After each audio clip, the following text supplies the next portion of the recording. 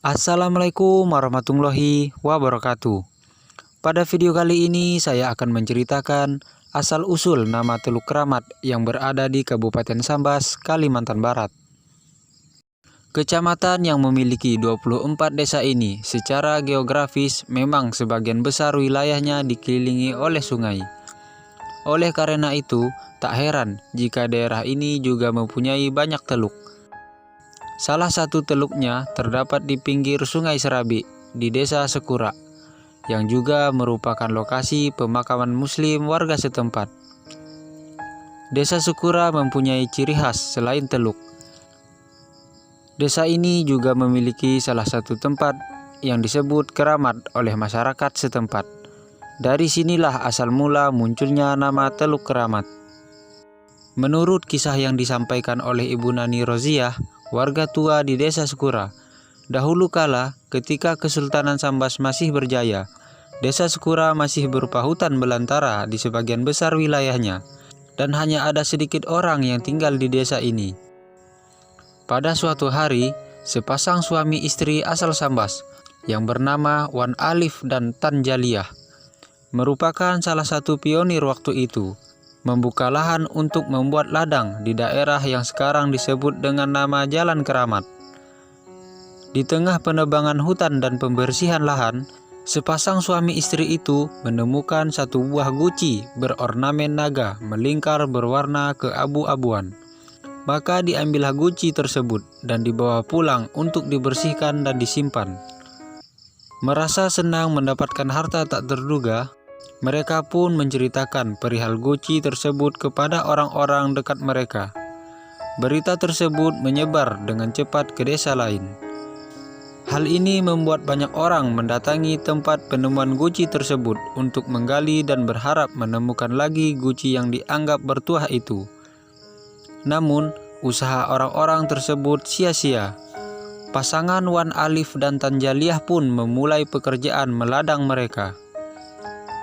Pada saat menggali tanah untuk digemburkan, si istri kembali menemukan sebuah guci dengan ukuran yang lebih kecil. Lalu kejadian yang sama terulang lagi seminggu kemudian. Alhasil, dapatlah sepasang itu 3 buah guci berornamen naga. 1 buah dengan ukuran besar dan 2 buah berukuran lebih kecil. Akhirnya, sampailah berita penemuan guci bertuah tersebut ke telinga Sultan Sambas yang memerintah kala itu. Sultan tertarik untuk memiliki guci yang dianggap bertuah itu. Maka datanglah Sultan bersama para pengawalnya ke Desa Sekura. Sultan melihat dan meminta sendiri ketiga guci tersebut kepada pasangan suami istri. Merasa terhormat didatangi Sultan, Wan Alif dan Tan Jaliyah pun mengiyakan keinginan Sultan. Dikisahkan kekeramatan tempat ditemukannya guci bukanlah dimulai pada rentang waktu penemuan guci sampai permintaan Sultan. Tempat itu mulai disebut keramat beberapa waktu setelahnya. Tak diketahui apa yang menyebabkan tempat tersebut dikeramatkan. Dilihat secara kasat mata, keramat hanyalah berbentuk gundukan tanah yang dipagari sekelilingnya, menyerupai sebuah makam. Sejak saat itu, banyak warga yang merasa takut melintasi tempat tersebut dengan berbagai alasan. Padahal, belum pernah ada kejadian mistis atau kecelakaan di sekitar keramat tersebut. Tidak diketahui secara pasti siapa yang memulai penyebutan Teluk Keramat ini. Juga tidak ada catatan atau arsip resmi mengenai penetapan nama tersebut. Akan tetapi, sejak berdiri menjadi sebuah kecamatan, pada tahun 1952, kecamatan ini sudah disebut Kecamatan Teluk Keramat, dengan pusat pemerintahan kecamatan pada waktu itu sebuah dusun yang juga bernama Teluk Keramat. Namun, karena satu dan lain hal, ibu kota kecamatan kemudian dipindahkan ke Desa Sekura. Seiring berjalannya waktu, daerah di mana keramat berada sudah tidak menjadi tempat menakutkan seperti dulu. Kini masyarakat telah banyak menyadap karet di dekat keramat itu. Bahkan kini sudah ada gang baru yang mengarah ke keramat, yaitu Gang Permai.